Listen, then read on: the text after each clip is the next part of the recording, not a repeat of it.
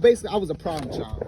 And I had to realize I was a problem child because of a few things actually.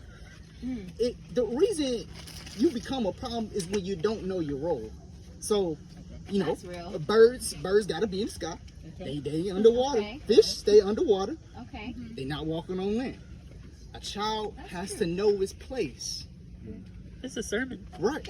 Oh, it is. And a parent has to know its place. But a parent can't be a parent if they don't know their place. So let me just dive into it. So come on.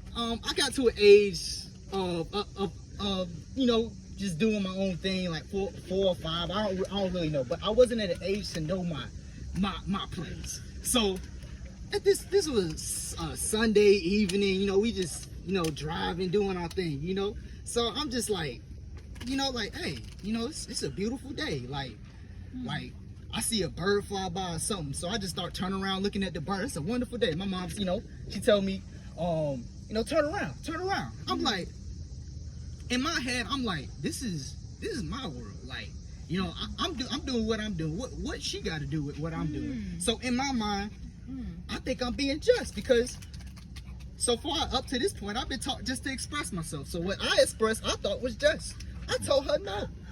And as I look to my right, I see my brother have the look of dismay on his face. So as I look at my brother, I'm like, okay, I did something wrong. And then I look at my mom.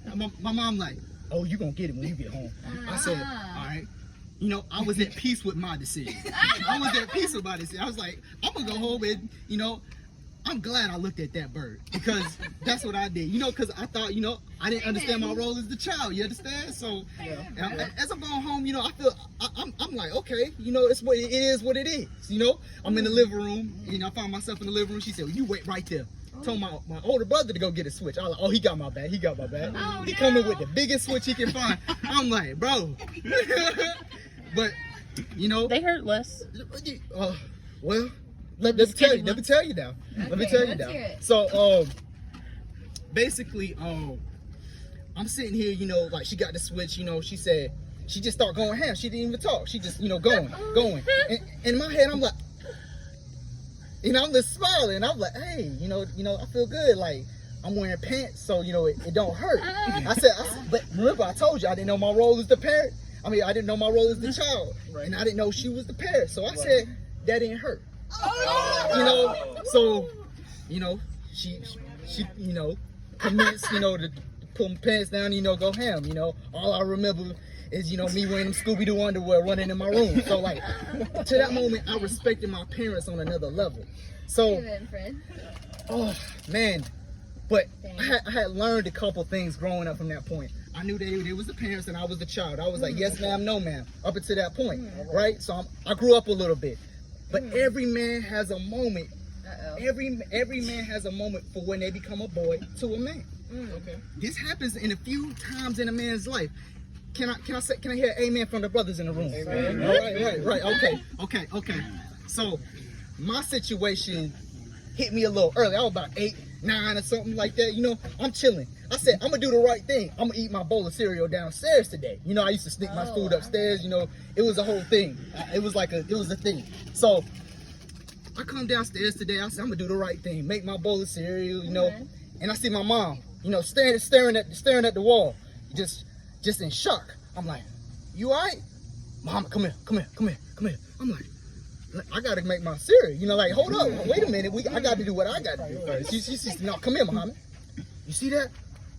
So when she told me what she was looking at, I didn't see the same thing she was looking at because I was just watching Animal Planet the other day, and at the time, Crocodile Hunter was big. So I was like, okay.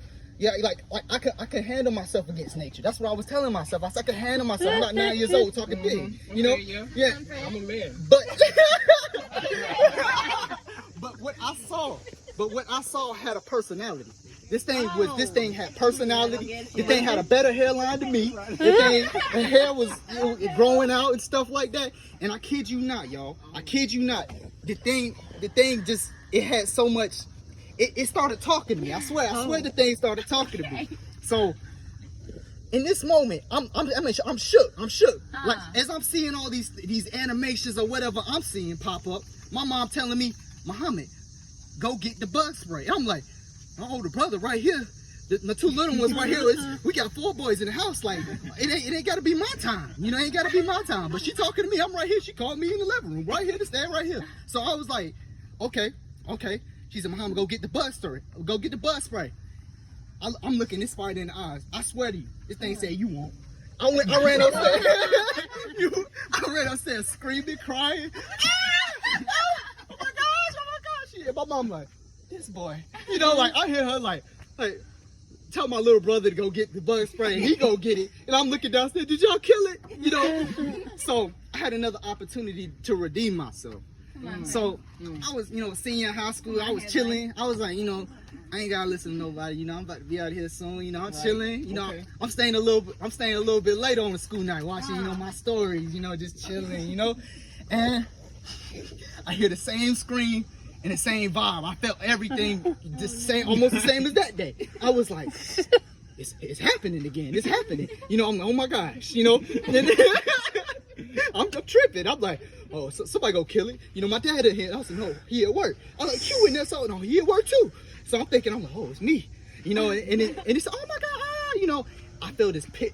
I felt something just drop in my stomach. I tasted breakfast from the day before. And oh man, my mom said, go get your brother. So I pretend to be asleep. Whatever they were seeing, I heard something rustling around. I said, look, we don't do those.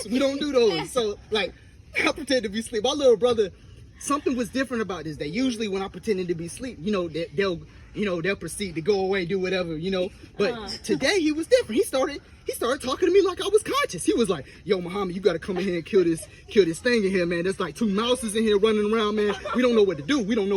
So Muhammad, you got to get up, and do this, that. He just kept, explaining to me like I was conscious. I'm like, who is he talking to? I'm asleep.